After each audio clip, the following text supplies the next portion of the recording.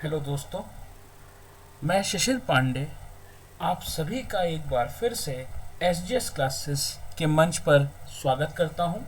और जो हमारा आज का टॉपिक है वो है 15 प्लांट्स बूस्टिंग इम्यूनिटी। तो वीडियो स्टार्ट करने से पहले जो लोग मेरे चैनल पे नए हैं वो मेरे को काइंडली सब्सक्राइब कर दें, और जो लोग मेरे को पहले ही सब्सक्राइब कर चुके हैं वो मेरे वीडियो को प्लीज़ शेयर ज़रूर करें, ताकि आज का एक इम्पॉर्टेंट टॉपिक जो कि जनरल इंटरफेस पे सभी लोगों के लिए है वो मैं आपके साथ डिस्कस कर रहा हूँ। तो चलिए इस टॉपिक को हम स्टार्ट करते हैं।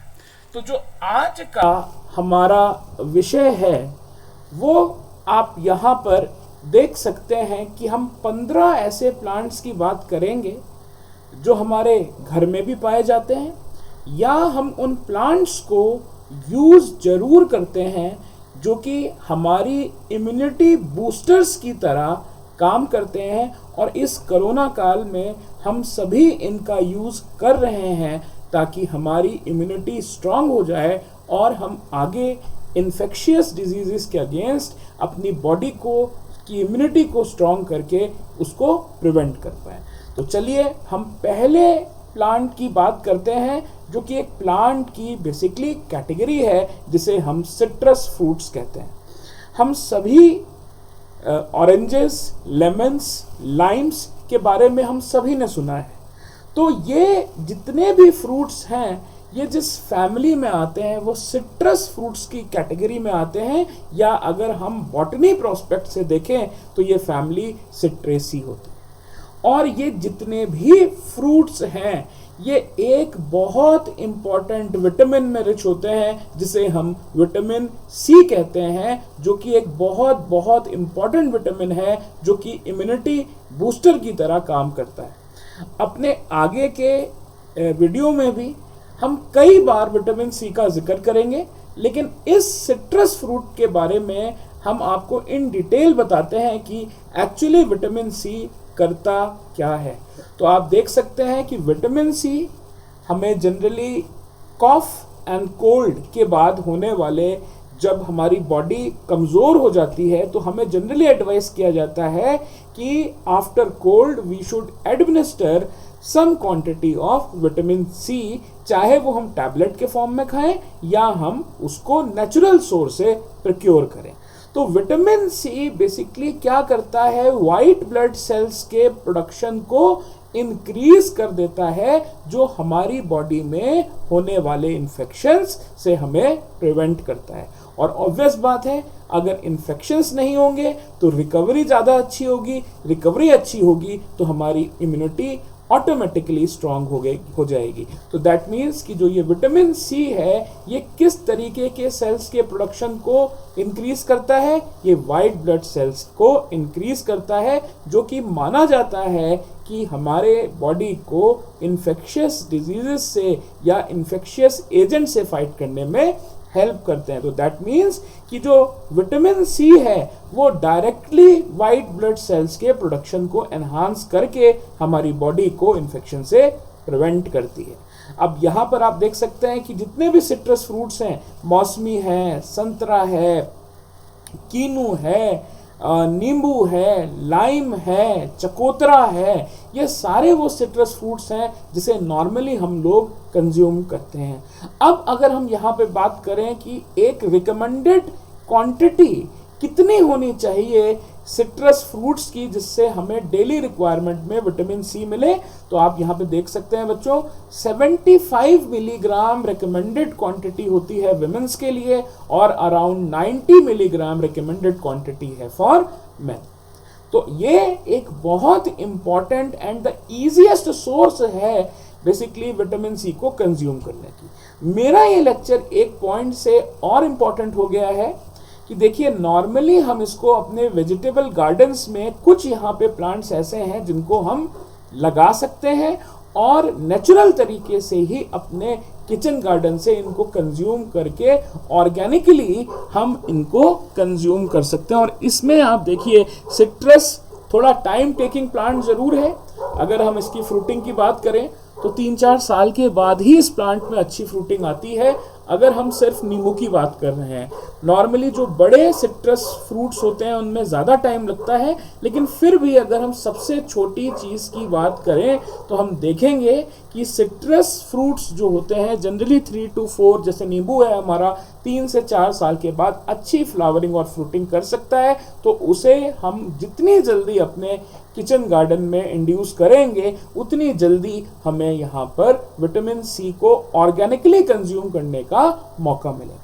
अब इन द लाइन देखिए, जो नेक्स्ट इंपॉर्टेंट प्लांट है जो कि है रेड बेल पेपर्स। और ये रेड बेल पेपर्स जो है नॉर्मली हम इनको कैप्सिकम के नाम से जानते हैं, और इनमें जो कलर चेंजेस हैं वो इस चीज पे डिपेंड करता है कि जो प्लास्टिड की इंटरकन्वर्टिबिलिटी है। आप सभी जानते हैं कि जो सेल्स होते हैं उनमें प्लास्टिड पाए जाते हैं, और 3 तरीके के प्लास्टिड्स होते हैं बेसिकली। लीकोप्लास्ट जो कलरलेस होते हैं, क्रोमोप्लास्ट जो कलर्ड प्लास्टिड्स हैं, और एक क्लोरोप्लास्ट होते हैं जो कि ग्रीन प्लास्टिड्स होते हैं। तो अगर हम बेल पेपर की बात करेंगे और बात करेंगे ग्रीन बेल पेपर की, तो बेसिकली उसमें क्लोरोप्लास्ट होता है। और जितने भी आप कलर्ड प्लास्टिड देख रहे हैं बच्चों, कलर्ड बेल पेपर्स देखते हैं, वो interconvertibility of the leucoplast into chloroplast, and then these forms, अलग अलग तरीके के जो प्लास्टिड्स होते हैं वो जब डेवलप हो जाते हैं तो बेल पेपर्स में अलग अलग कलर आ जाता है। तो अगर आप यहाँ पर बात करें बच्चों रेड बेल पेपर की, तो रेड बेल पेपर का जो कलर है वो इसीलिए है क्योंकि यहाँ पर पिक्यूलरिटी ये है कि रेड कलर का जो प्लास्टिड कन्वर्जन है वो यहाँ पर हो जाता है। और अगर आप बेल पेपर की बात करें तो ये सिट्रस फ्रूट से भी अच्छा फ्रूट या वेजिटेबल कह सकते हैं इसे, क्योंकि जो इसमें विटामिन सी की क्वांटिटी है वो सिट्रस से अराउंड 3 टाइम्स ज़्यादा होती है। अब ये एक और चीज़ में बहुत रिच होता है जिसको हम कहते हैं बच्चों बीटा कैरोटीन्स। और बीटा कैरोटीन्स क्यों हमारी बॉडी में इंपॉर्टेंट है, क्योंकि ये बेसिकली विटामिन ए के प्रोडक्शन के लिए इंपॉर्टेंट रोल प्ले करते हैं। तो बीटा कैरोटीन में रिच होने के कारण आप देखेंगे कि यही बीटा कैरोटीन मेटाबॉलिक प्रोसेसेस के थ्रू विटामिन ए में कन्वर्ट हो जाती है, जो कि हमारी आईज और स्किन के लिए बहुत हेल्दी होता है। तो विटामिन सी में रिच होना इम्यूनिटी बूस्टर की तरह काम करती है, और बीटा कैरोटीन होना जिस कारण से ये विटामिन ए में कन्वर्ट हो जाता है, जिससे हमारी आईज और स्किन हेल्दी रहती हैं, और विटामिन सी हमारी स्किन को भी हेल्दी मेंटेन करने में बहुत इंपॉर्टेंट रोल प्ले करता है। तो ये जो सेकंड प्लांट था ये भी हम कमर्शियल लेवल पे अपने घरों में बहुत इजीली उगा सकते हैं, जिसकी लाइफ साइकिल अराउंड 3 मंथ्स की होती है, और ये भी एक ऑर्गेनिकली उगाया जाने वाला बहुत आसान तरीके से इसे हम अपने किचन गार्डन्स में उगा सकते हैं। जनरली ये सीड से लगता है, तो आप सीड से प्लांटेशंस इसकी जनरली सीड से लगती हैं, जिनको आप प्लांटेड ट्रे में प्लांटलेट्स के फॉर्म में लगा सकते हैं, और उसके बाद आप इसे अपने पॉट्स में ट्रांसफर कर सकते हैं। Third is the broccoli. Broccoli एक सुपर चार्ज्ड वेजिटेबल माना जाता है जो कि विटामिन और मिनरल रिच होता है। तो इस तरीके की गोभी आपने जरूर देखी होगी बच्चों। जो गोभी होती है या तो फूल गोभी होती है, या गांठ गोभी होती है, या बंद गोभी होती है। तो ये एक तरीके की हम कह सकते हैं फूल गोभी है, जो कि बहुत सारे विटामिन्स में पर्टिकुलरली विटामिन ए, सी और ई में रिच होती है। It is also rich in fibres and many antioxidants. लेकिन एक बहुत इंपॉर्टेंट चीज होती है कि ब्रोकली को कंज्यूम करने का एक तरीका होता है।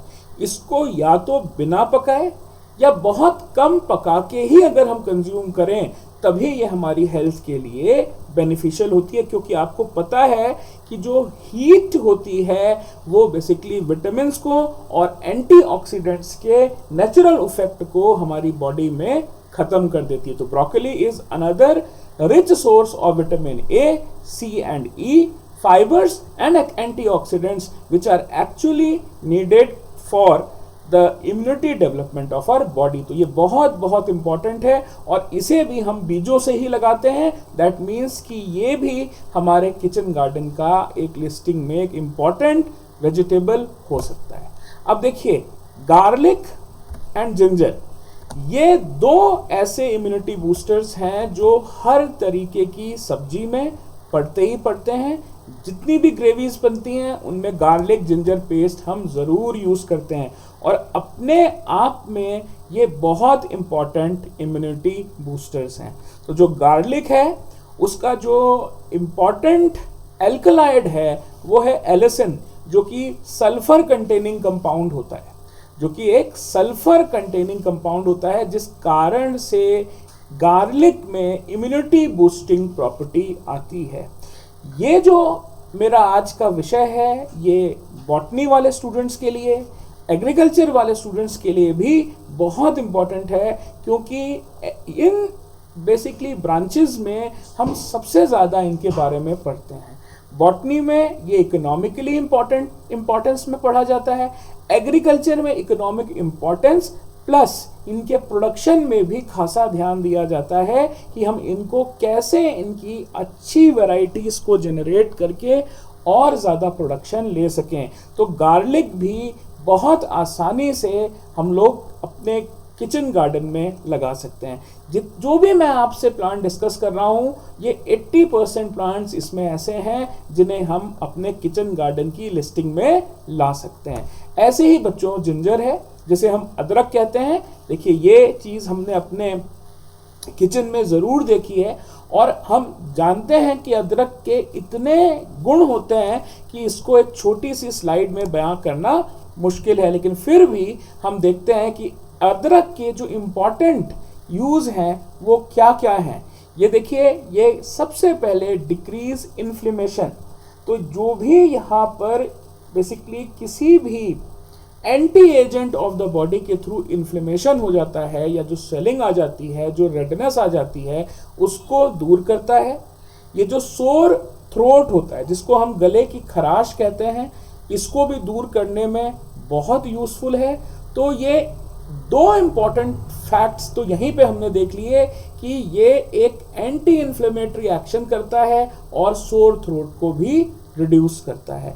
ये नौसिया में भी हेल्प करता है और इसमें एक बहुत बहुत इम्पॉर्टेंट कहते हैं कि अदरक को एक लिमिट से ज़्यादा कंज्यूम नहीं करना चाहिए। तो उसका आपको यहाँ पर एक आंसर मिलेगा कि अदरक में एक एल्कलॉइड होता है जिसको कहते हैं जिंजेरॉल, जो कि कैप्सिसिन की तरह ही रिजेंबल करता है या कैप्सिसिन जैसा ही होता है। और जिंजरॉल एल्कलॉइड के कारण ही जो हीट फॉर्मिंग टेंडेंसी जिंजर में आती है, वो उसकी अकाउंटेबिलिटी किसके कारण है हीट फॉर्मिंग टेंडेंसी की? जिंजरॉल के कारण। तो इसीलिए एक लिमिट से ज़्यादा अदरक बॉडी को क्या करता है? गर्मी पहुंचाता है, जिससे थोड़ी बहुत प्रॉब्लम हो सकती है। लेकिन अगर इसको हम कंज्यूम करें लिमिटेड अमाउंट में, जो कि नॉर्मली हम लोग कंज्यूम करते ही हैं, चाहे हम चाय में कंज्यूम करें, चाहे हम सब्जियों में कंज्यूम करें, तो हम इसके आफ्टर इफेक्ट से थोड़ा सा बच सकते हैं। लेकिन एक लिमिट से ज़्यादा अदरक को कंज्यूम क्यों नहीं करना चाहिए, वो मैंने आपको यहाँ पर बता दिया है। The answer to this question is gingerol. अब देखिए, जो जिंजर है वो जितने भी बहुत भीषण पेन होते हैं बॉडी में, जिनको हम क्रॉनिक पेन्स का नाम देते हैं, उनको भी रिड्यूस करने में हेल्प करता है। और ऐसा माना गया है कि जो कोलेस्ट्रॉल है उसको भी कम करने में जिंजर या अदरक का रोल है। अब जाड़ों में जब भी हम बात करते हैं तो हम पालक की बात जरूर करते हैं। तो जो पालक है, it is also vitamin rich. इसमें बहुत सारे एंटीऑक्सीडेंट्स होते हैं, बीटा कैरोटीन होता है, जो कि इन्फेक्शन के अगेंस्ट हमारी बॉडी से फाइट करता है और इम्यून रिस्पॉन्स को एनहांस करता है। मैंने कई बार आपको बता दिया है विटामिन सी कैसे हमारी बॉडी को प्रोटेक्ट करता है बाहर के पैथोजेंस के अगेंस्ट। तो बेसिकली वो WBCs के प्रोडक्शन को बढ़ा देता है, और जब WBC बढ़ जाएंगे तो बहुत सिंपल भाषा में अगर समझें, जिसकी आर्मी सिस्टमैटिकली डिजाइंड होगी, ज़्यादा होगी, जिसकी आर्मी हुनर से भरी होगी, वो दुश्मनों को आराम से एनकाउंटर कर पाएगा। और यही रोल है इस विटामिन का हमारी बॉडी में, क्योंकि ये सबसे इजीली हम कंज्यूम कर लेते हैं, इसलिए विटामिन सी को सबसे बड़ा इम्यूनिटी बूस्टर्स विटामिन की कैटेगरी में माना गया है। अब एक बहुत इंपॉर्टेंट चीज़ है, जैसे मैंने आपको बताया था ब्रोकली को भी कम कुक करके खाना चाहिए, उसी तरह अदरक का भी हिसाब किताब बनता है। तो इसकी बहुत लाइट कुकिंग करनी चाहिए। कारण क्या है? ताकि वो बॉडी में इजीली एब्जॉर्ब हो सके। जो विटामिन ए है खासकर, वो बॉडी में इजीली एब्जॉर्ब हो सके। और हीट करने का इफेक्ट एक ये भी बहुत अच्छा मिलता है कि जो इसमें ऑक्सैलिक एसिड है, वो जितने भी न्यूट्रिएंट्स है वो आराम से क्या कर जाता है, रिलीज कर देता है। तो यहाँ ये स्पिनच का रोल है। अब नेक्स्ट है बच्चों, वो है मशरूम्स। ये हमने सब ने देखे हैं, खाए हैं, और आजकल जो चलन में एडिबल मशरूम्स जो हैं, वो दो कॉमन एडिबल मशरूम्स आप बच्चों यहाँ देख रहे हैं। जो ये पहले वाली पिक्चर में आप देख रहे हैं, ये बटन जैसा लग रहा है, या इसको हम बटन मशरूम के नाम से जानते हैं। और ये जो नीचे वाला आप देख रहे हैं, ये ऑयस्टर मशरूम के नाम से जाना जाता है। और इसका कल्टीवेशन बहुत इजी है, जिसे हम घरों में भी कर सकते हैं, और इसको आराम से हम कल्टीवेट करके कंज्यूम कर सकते हैं। अब मशरूम क्यों इंपॉर्टेंट है, थोड़ा इसको देखते हैं। यहाँ पे जो सबसे कॉमनली खाया जाने वाला मशरूम, जिसे हम बटन मशरूम कहते हैं, मैंने उसको यहाँ पर डिस्कस किया है। तो button mushroom is a very good source of vitamin D और एंड विटामिन बी। अब इसकी एक और इम्पॉर्टेंट चीज है जो बॉडी को में हमारे जाने के बाद हमारे इम्यून सिस्टम को स्ट्रांग क्यों करती है, क्योंकि इसमें एक हैवी मेटल पाया जाता है जिसको हम धातु मेटल भी कहते हैं, उसका नाम है सिलीनियम। तो ये सिलीनियम जो होता है, ये हमारी बॉडी के सेलुलर और टिश्यू डैमेज को प्रिवेंट करता है, जिस कारण से हमारी बॉडी इम्यूनिकली बहुत स्ट्रांग हो जाती है। तो इसमें भी आप देखिए विटामिन डी जो बोन्स को स्ट्रांग करने में हेल्प करेगा, विटामिन बी कॉम्प्लेक्सेस जो दूसरे विटामिन के सुचारू रूप से काम करने में बहुत हेल्प करते हैं, सिलीनियम जो बेसिकली क्या करेगा, टिश्यू और सेल्स के डैमेज को प्रिवेंट करेगा। इतनी सारी खासियत रखने वाला यहाँ पर एक ही कैटेगरी हो सकती है, जिसे हम मशरूम की कैटेगरी कहते हैं, जिसे हम नॉर्मली अपने घरों में भी कंज्यूम करते हैं। अब बात होती है कि डेली कितनी रिक्वायरमेंट हमारी बॉडी को चाहिए होती है जब हम मशरूम की बात करते हैं। तो generally 100 grams of mushroom is recommended for our body. तो ये 100 ग्राम्स मशरूम जो होता है, क्योंकि मशरूम में बच्चों पानी बहुत होता है, तो इसीलिए जो बनने के बाद जो है, इसकी सूखने के बाद या बनने के बाद इसका जो वेट है वो कम हो जाता है। तो आजकल मशरूम की बहुत तरीके से प्रोसेसिंग करी जाती है। रीज़न इसका ये है कि मशरूम में पानी होने के कारण इसकी जो शेल्फ लाइफ होती है, या इसको हम जितने दिन रखने की लाइफ होती है, वो बहुत कम होती है, जिसको टेक्निकल लैंग्वेज में हम शेल्फ लाइफ के नाम से जानते हैं। It is not more than 3 to 4 days right off button mushroom. Oysters mushroom की थोड़ी सी ज़्यादा होती है। तो इसीलिए आजकल इसकी अलग अलग तरीके से प्रोसेसिंग कर ली जाती है। मशरूम को ड्राई करके मशरूम का पाउडर बनाया जा सकता है। मशरूम को ही हम अचार के फॉर्म में यूज़ कर सकते हैं। मशरूम के पाउडर को ही हम नॉर्मली सोया बड़ी के साथ मिक्स करके इसके जितने भी न्यूट्रिएंट सोर्स हैं उसमें इंड्यूस करके हम एक प्रोडक्ट के फॉर्म में मार्केट में ला सकते हैं। तो such is the importance of this particular family of plant, जिसे हम एक्चुअली ये प्लांट नहीं है, ये एक फंगस है। तो ये फंगस हमारे लिए बहुत बहुत ज़्यादा इम्पोर्टेंट हो जाता है। अब नेक्स्ट प्लांट जिसे हम लोग जनरली सुबह उठ के खाते हैं, जिसको हम कहते हैं बादाम या एलमंड्स। तो हम लोगों के घर में हर कोई सुबह उठ के भीगे हुए बादाम ज़रूर खाता है। तो मैं ये नहीं कहूंगा कि badam is a good source of vitamin C, but it is a good source of vitamin E. तो बादाम एक बहुत बहुत इंपॉर्टेंट विटामिन ई का सोर्स है और इसमें बहुत अच्छे लेवल पर एंटीऑक्सीडेंट्स पाए जाते हैं। और जो बादाम हम खाते हैं, जो इसका बादाम का तेल होता है, ये बेसिकली फैट सॉल्युबल होता है, जो कि विटामिन रिच होता है। तो ऐसा माना गया है कि around 15 milligram of vitamin E should be consumed by each adult when we are consuming almonds या बादाम। अब देखिए, एक सनफ्लावर की बात करी जाती है, बहुत इजीली इसे भी हम ग्रो कर सकते हैं।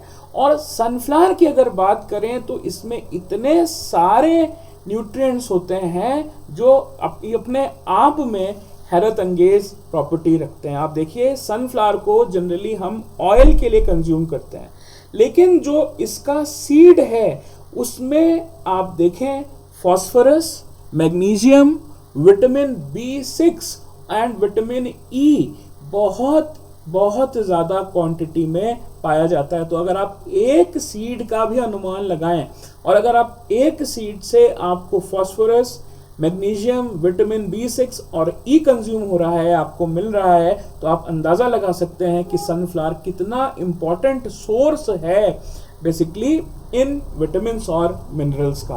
और आपको मैंने बताया ही है, विटामिन ई क्या करता है, इम्यून सिस्टम की फंक्शनिंग में हेल्प करता है। और जो सनफ्लावर है, सीड्स हैं, इट इज़ हाईली, जैसे हमने पिछले वीडियो में देखा था, पिछले स्लाइड में देखा था कि जो हमारा मशरूम था, it was also rich in vitamin D. Similarly अगर हम यहाँ पर बात करें सनफ्लावर की, तो यहाँ पर भी ये देखिए, ये सारी चीज़ें इंपॉर्टेंट हो रही हैं। विटामिन ई का यूज़ इम्यून सिस्टम के रेगुलेशन में है। सिलेनियम हमने देखा था कि हमारा बेसिकली किस में प्रेजेंट था, मशरूम में प्रेजेंट था। सिलेनियम यहाँ पे भी प्रेजेंट है, दैट मीन्स कि इसका फिर से रोल आ गया किस लिए, इम्यून रिस्पॉन्स को जनरेट करने के लिए। अब देखिए, जो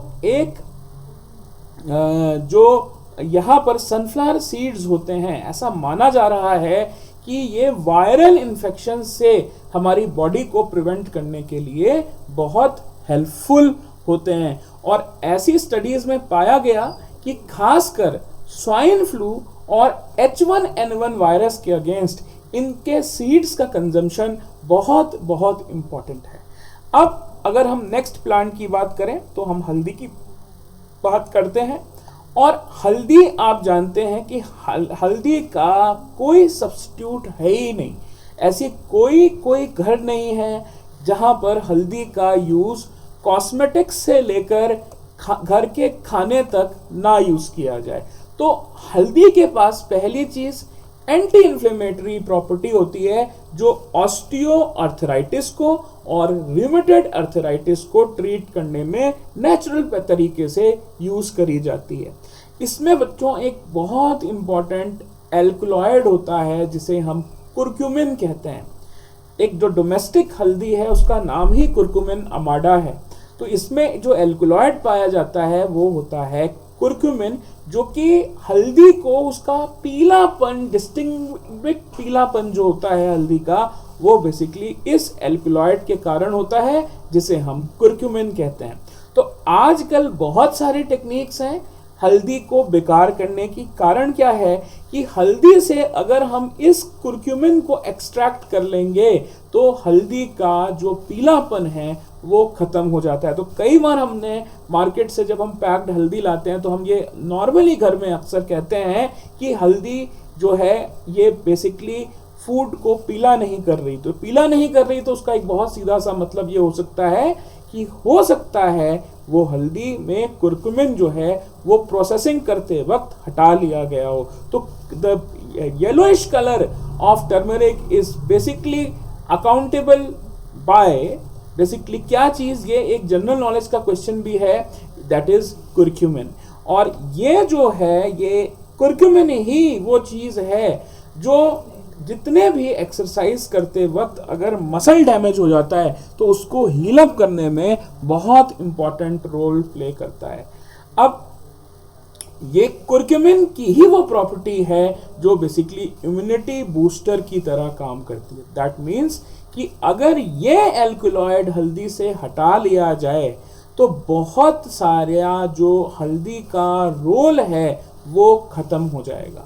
तो this is very important and processing technique से इट इज पॉसिबल कि हम इस कुर्क्यूमिन को हल्दी से एक्सट्रैक्ट कर सके, और इसीलिए हम कहते हैं कि हमें प्रोसेस्ड हल्दी की बजाय हमें रॉ हल्दी का कंजम्पशन करना चाहिए। अब देखिए जो नेक्स्ट इंपॉर्टेंट, जो एज अ फ्लेवरिंग एजेंट हर कोई इसे जानता है, कभी ना कभी कंज्यूम भी किया होगा, जिसे हम क्या कहते हैं, ग्रीन टी। और ग्रीन टी को हर कोई जानता है कि ये इसमें एंटीऑक्सीडेंट्स होते हैं, लेकिन इसमें कौन सा ऐसा एंटीऑक्सीडेंट है जो कि इम्यून फंक्शनिंग को स्ट्रांग बनाता है, इसे भी जानना जरूरी होता है। तो अगर हम ग्रीन टी की बात करें तो हमें पता ही है कि फ्लेवोनॉइड्स जो एक टाइप है वो इसकी एंटीऑक्सीडेंट प्रॉपर्टी रखता है, लेकिन जो एग्जैक्टली अगर मैं बात करूं कि कौन सा ऐसा एंटीऑक्सीडेंट है जो कि पावरफुल इम्यून बूस्टर की तरह ग्रीन टी में काम करता है, तो उसका नाम है EGCG, जिसे हम एपीगैलोकैलेसिन गैलेट के नाम से जानते हैं। एपीगैलोकैलेसिन गैलेट के नाम से जानते हैं, कॉमनली इसे EGCG के नाम से जाना जाता है, और यही वो पावरफुल एंटीऑक्सीडेंट है ग्रीन टी में जो कि इम्यून बूस्टर की तरह काम करता है। तो आपको मैंने यहां पर एक बहुत ही इंपॉर्टेंट क्वेश्चन भी बताया कि which is an antioxidant which is present in green tea, तो आप शॉर्ट में याद रख सकते हैं EGCG।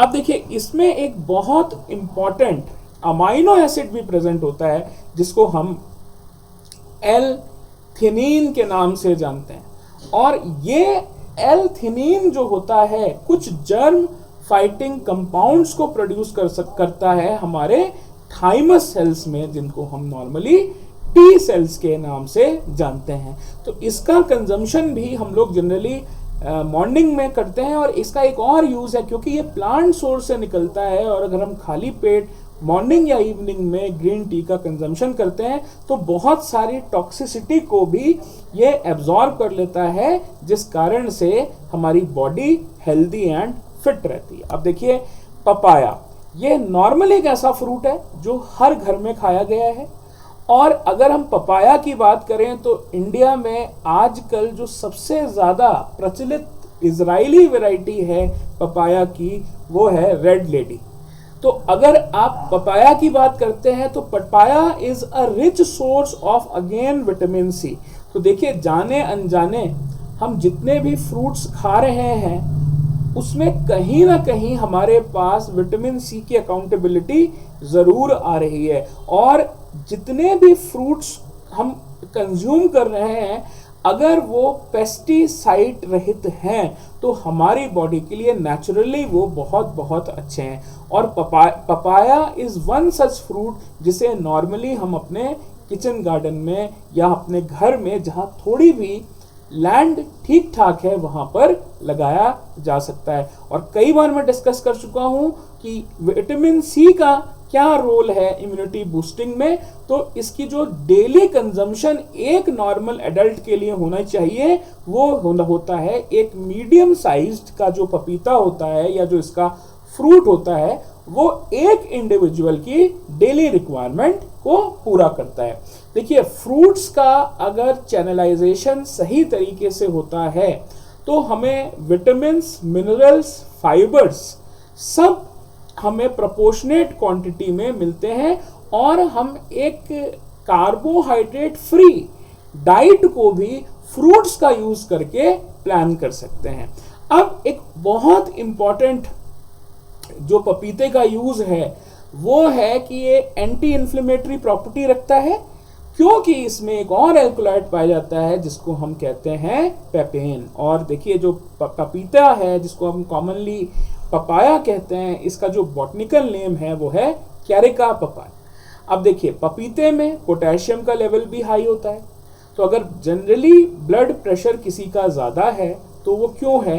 क्योंकि वहाँ पे सोडियम की कंसंट्रेशन ज़्यादा है। अगर हम पोटेशियम की कंसंट्रेशन को सोडियम की कंसंट्रेशन के रेफरेंस में थोड़ा सोडियम कम करते हुए पोटेशियम कंसंट्रेशन को बढ़ा दें तो सोडियम की कंसंट्रेशन भी बॉडी में नॉर्मलाइज हो जाएगी। और ये देखिए, एक बहुत रिच सोर्स है पोटेशियम का, मैग्नीशियम का और फोलेट आयंस का, which are beneficial to the overall health of the body. इसीलिए एक बहुत बहुत आसानी से 12 मास मिलने वाला जो फ्रेंडली फ्रूट है वो है पपाया। अब देखिए, कीवी, जब जब हम बात करते हैं डेंगू फीवर की, तब तक अननोइंगली हमारे सामने बात आ जाती है कीवी की। ये क्यों इंपॉर्टेंट है? क्योंकि इसमें भी बहुत सारे विटामिन पाए जाते हैं, जैसे फोलेट, पोटेशियम, विटामिन के एंड विटामिन सी। और ये एक बहुत तगड़ा इम्यूनिटी बूस्टर है जो वाइट ब्लड सेल्स को, देखिए डेंगू का जो पैथोजन है वो बॉडी में बहुत तेजी से प्लेटलेट काउंट को क्या करता है? कम करता है, जिस कारण से बॉडी में जो क्लॉटिंग है वो नहीं हो पाती। और एग्जैक्टली कीवी का वहीं पर रोल आता है।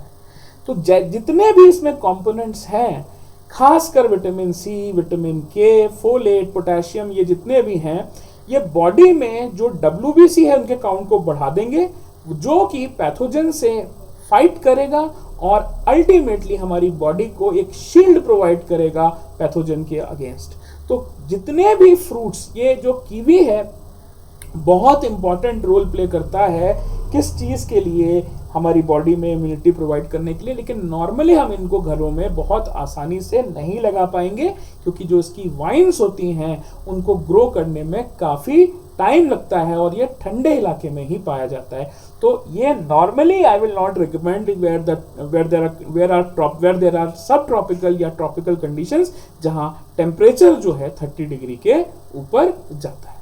अब देखिए, कैरेट्स हम सभी जानते हैं, जो जाड़े में हम सबसे ज़्यादा जिस वेजिटेबल का कंजम्पशन करते हैं वो होता है कैरेट। और कैरेट का जो ये रेड कलर है बच्चों, या जो रेड कलर है, ऑरेंज कलर है, ये बीटा कैरोटीन के कारण आता है। और आपको पता है बीटा कैरोटीन जिस जिस फ्रूट में होगा वो हमेशा विटामिन ए रिच हो जाएगा, क्योंकि beta carotene he vitamin A में कन्वर्ट होता है।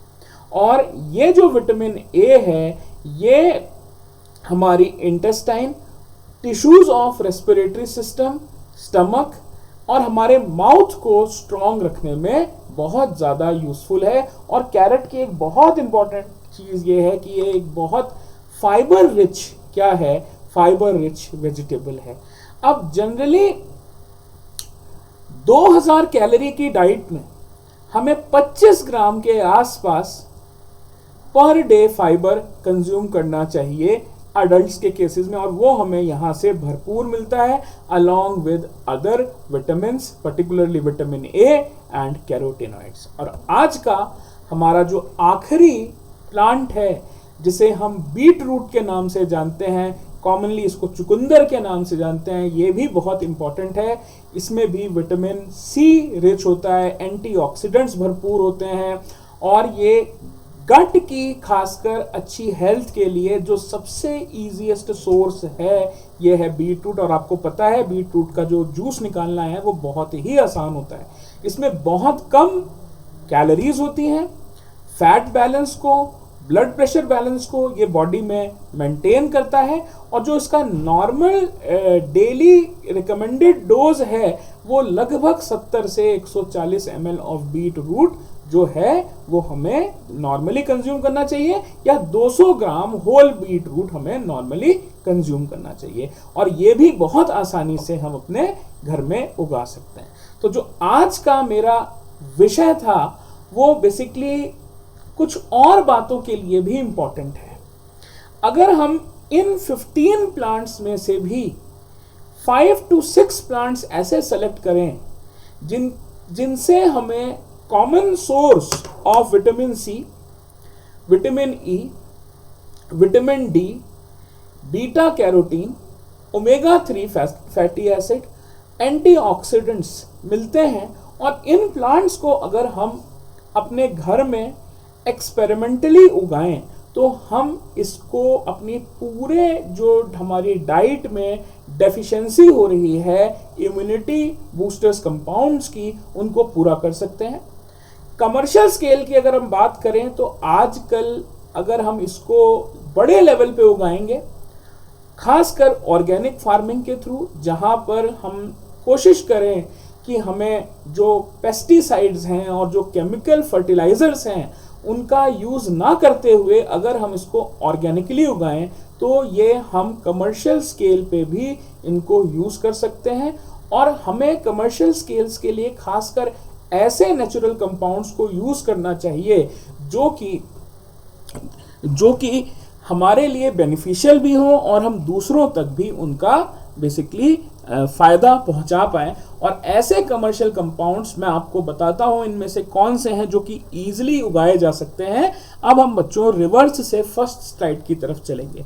जो बीट रूट है ये बेसिकली शॉर्ट टर्म क्रॉप है जो कि कुछ महीनों के लिए ही आती है। ये 1 से 2 महीने में अपनी लाइफ साइकिल को कंप्लीट कर लेती है और ये जनरली जाड़ों की क्रॉप होती है। तो इसीलिए इसको हम उस समय प्लान करके कम जगह में भी लगाया जा सकता है। और इसमें इसका जो मार्केट में जो प्राइस है वो बहुत अच्छा होता है। तो इसको हम 100% ऑर्गेनिकली लगा सकते हैं।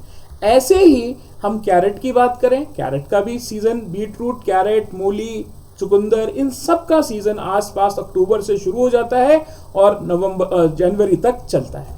अब हम कीवी की बात करें तो ये थोड़ा सा डिफिकल्ट है, मैंने आपको पहले भी कहा है, क्योंकि इसकी वाइन को ग्रो करने में काफी टाइम लगता है। तो this is not an advisable crop for our kitchen garden.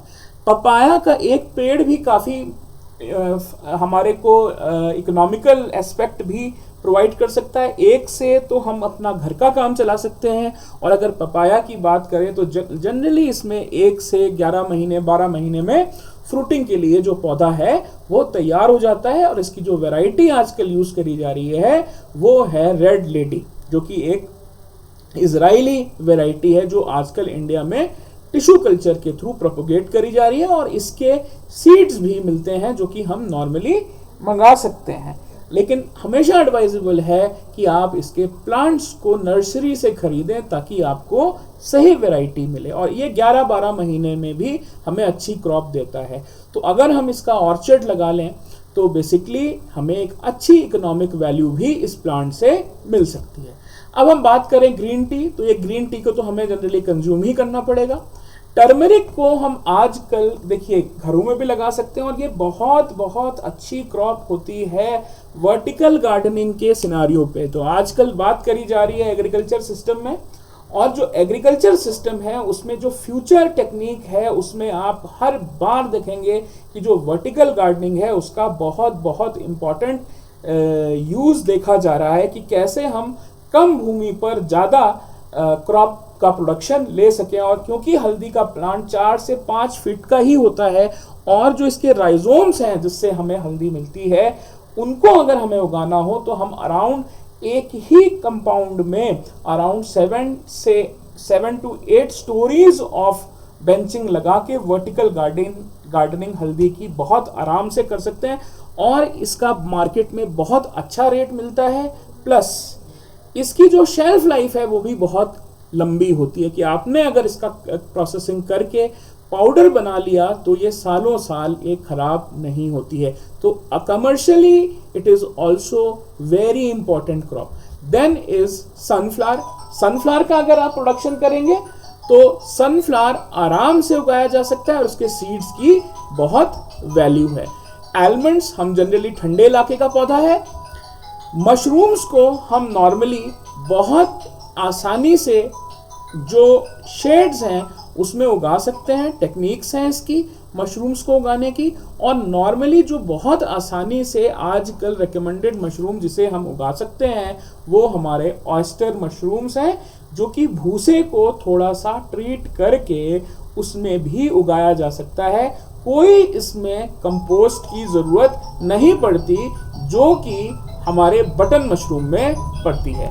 ऐसे ही बच्चों स्पिनच भी सीजनल है, जिंजर गार्लिक का प्रोडक्शन आराम से किया जा सकता है, ब्रोकली का भी प्रोडक्शन कंसर्न्ड सीजन में आराम से, जब जब गोभी ये through out the year grow होने वाला क्रॉप है, और जब जब गोभी की बात आती है तो उसके साथ ही ये उसका एक मेंबर है जो कि गोभी के साथ भी उगाया जा सकता है। और इसके बाद देखिए रेड बेल पेपर्स, थोड़ा सा प्रोडक्शन इतना आसान नहीं होता क्योंकि इसके लिए हमें बेसिकली ग्रीन हाउस बनाना ही पड़ता है और तभी हम इसका प्रोडक्शन कर सकते, सॉरी ग्रीन हाउस का पॉली हाउस बनाना पड़ेगा, तभी हम इसका प्रोडक्शन अच्छे से कर पाएंगे। कारण है इसमें जो पेस्ट्स हैं वो बहुत आसानी से लग जाते हैं और इसमें हमें बहुत ज़्यादा ट्रीटमेंट देना पड़ता है पेस्टिसाइड्स का। उसके लिए हमें स्पेसिफिकली ऑर्गेनिक पेस्टिसाइड्स को भी चूज करना पड़ेगा, वरना हमें कहीं ना कहीं सिंथेटिक या केमिकल पेस्टिसाइड्स का यूज करके ही इसका प्रोडक्शन अच्छे स्केल पर लिया जा सकता है। और जो फर्स्ट है मैंने आपको बताया ही था, सिट्रस फ्रूट्स, सबसे आसानी से लगाया जाने वाला लेमन भी हो सकता है, जिसको हम कागजी नींबू कहते हैं। तो ये आराम से 4-5 साल में, अगर आप आज इसका पौधा लगाएंगे तो 4-5 साल में आपके घर में ही इसकी अच्छी फ्रूटिंग होने लगेगी। तो कुछ ऐसे क्रॉप्स मैंने आपको बताए यहाँ पर जो आप कमर्शियल स्केल में भी यूज करके अपने घर के साथ साथ ही अपनी इनकम में एक एडिटिव सोर्स जनरेट कर सकते हैं। तो आज का जो मेरा लेक्चर था, होपफुली आप सबको अच्छा लगा होगा, और जिन जिन को मेरा लेक्चर अच्छा लगा है वो मेरे चैनल को सब्सक्राइब करें ताकि मैं आपके लिए और इसी तरीके के इंटरेस्टिंग वीडियोस ला सकूं। Thank you for today.